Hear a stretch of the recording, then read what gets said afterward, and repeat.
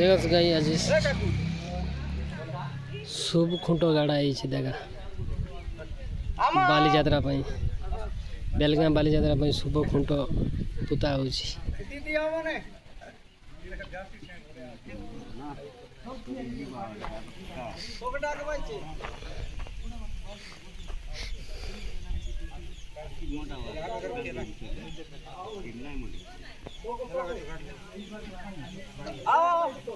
मामा सोबत केंद्र देते